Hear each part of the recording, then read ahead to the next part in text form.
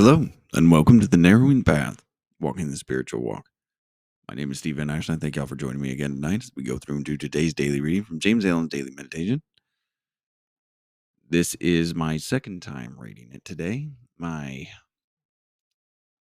computer froze the first time, and it did not upload it. I apologize for that. So, I mean, it's still relatively fresh, but you'll get I do know what it's about this time. So, um,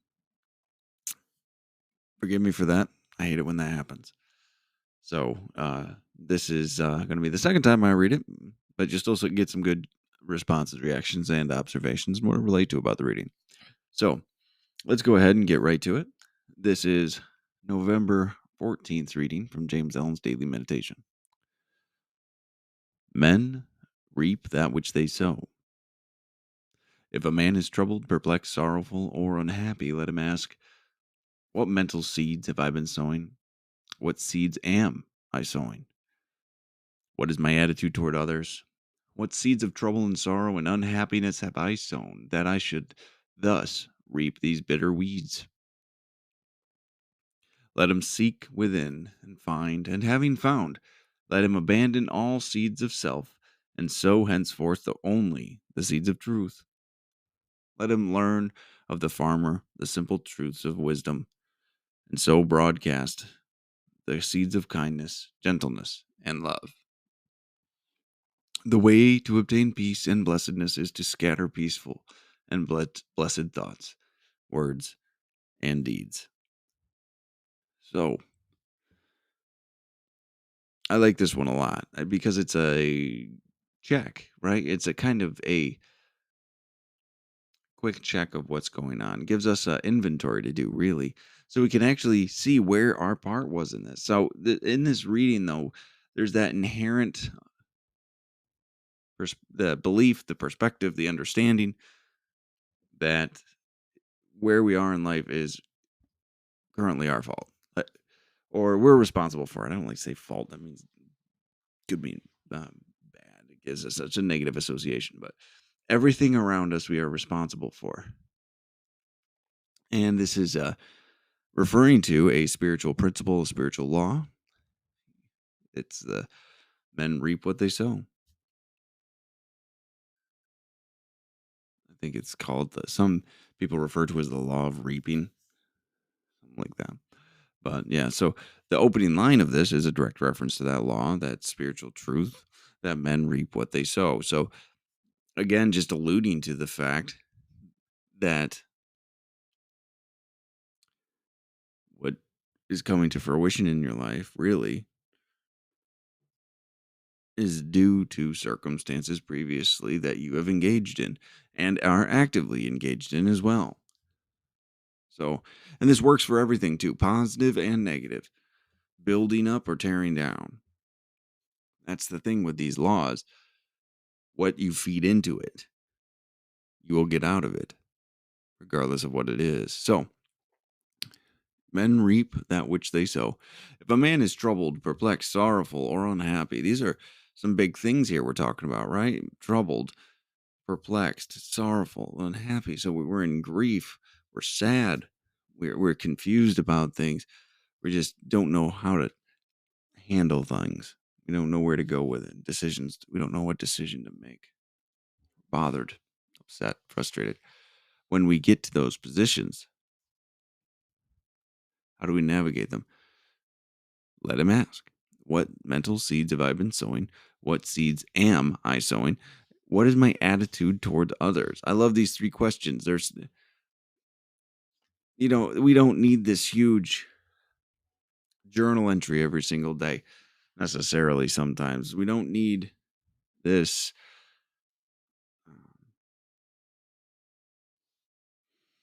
dissertation, right? This can be three simple questions.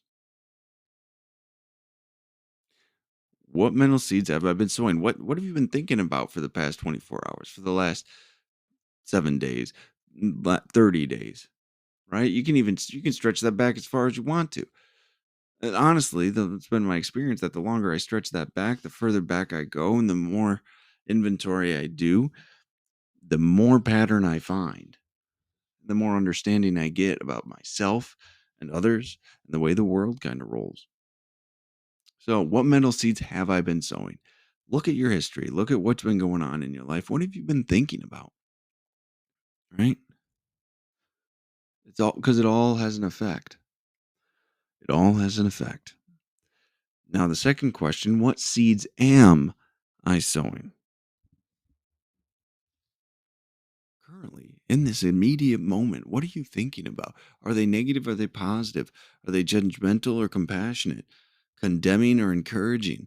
Loving or fearful? Self serving or God serving? What are they?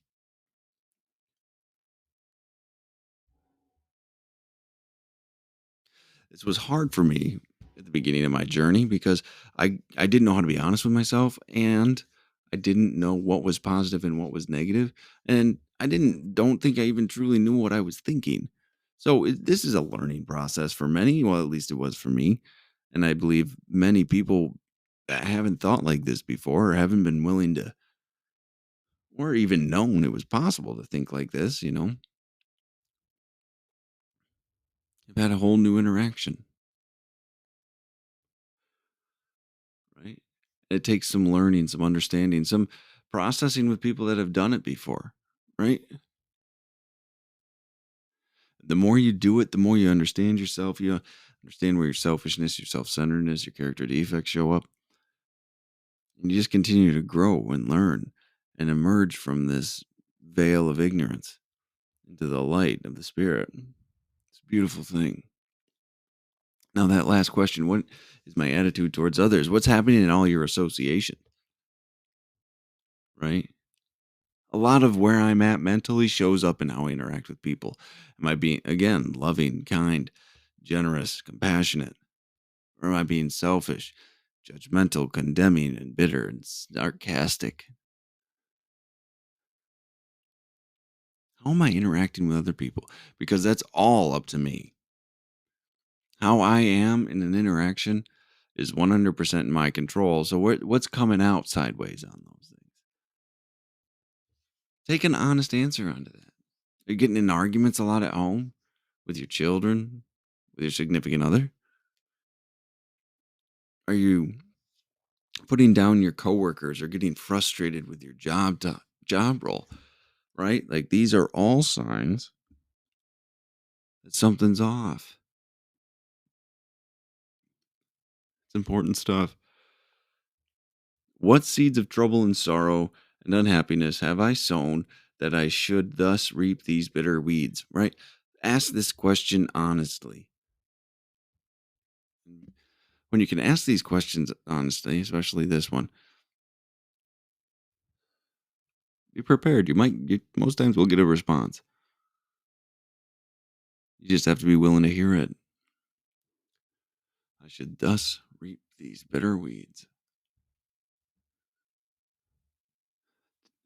And when you phrase it like this, instead of looking for someone else to blame, you take the power back and you take accountability for where you're at. And that's immense. That's such a large part of actually becoming a healthy individual is knowing what's yours and what's not. And taking the 100% radical accountability for right everywhere you are in your own life.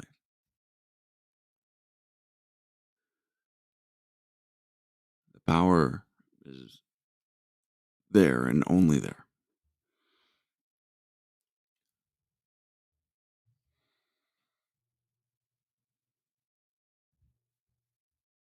Let him seek within and find. This is the self reflection we've been talking about. And having found, and after you find it, abandon all seeds of self because that's a good, you're going to find that it's a selfish, self serving thought, the self serving thing you've been thinking about. At least it always is for me because nothing good comes from just contemplating myself. Trust me. And so, henceforth, only the seeds of truth. Replace those selfish thoughts with selfless thoughts, service thoughts. Take it upon yourself to do something different. You're going to be surprised what you can get or where you'll end up. Let him learn of the farmer the simple truths of wisdom and so broadcast the seeds of greatness, kindness, greatness, and love. So, farmer, know this, that you will reap what you sow. So, what will you sow?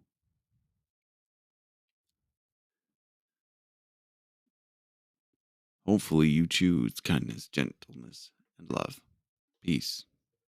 Pick any virtues and do them. Practice them. Bring that to the world, into your interactions, with every person and animal and thing, and watch your life change. It's just amazing. Now it ends with this: the way to obtain peace and blessedness is to scatter peaceful and blessed thoughts, words, and deeds. This is an important point. This is an important point. It's not just what we do. It's our intentions, it's our thoughts, it's our deeds. All of them.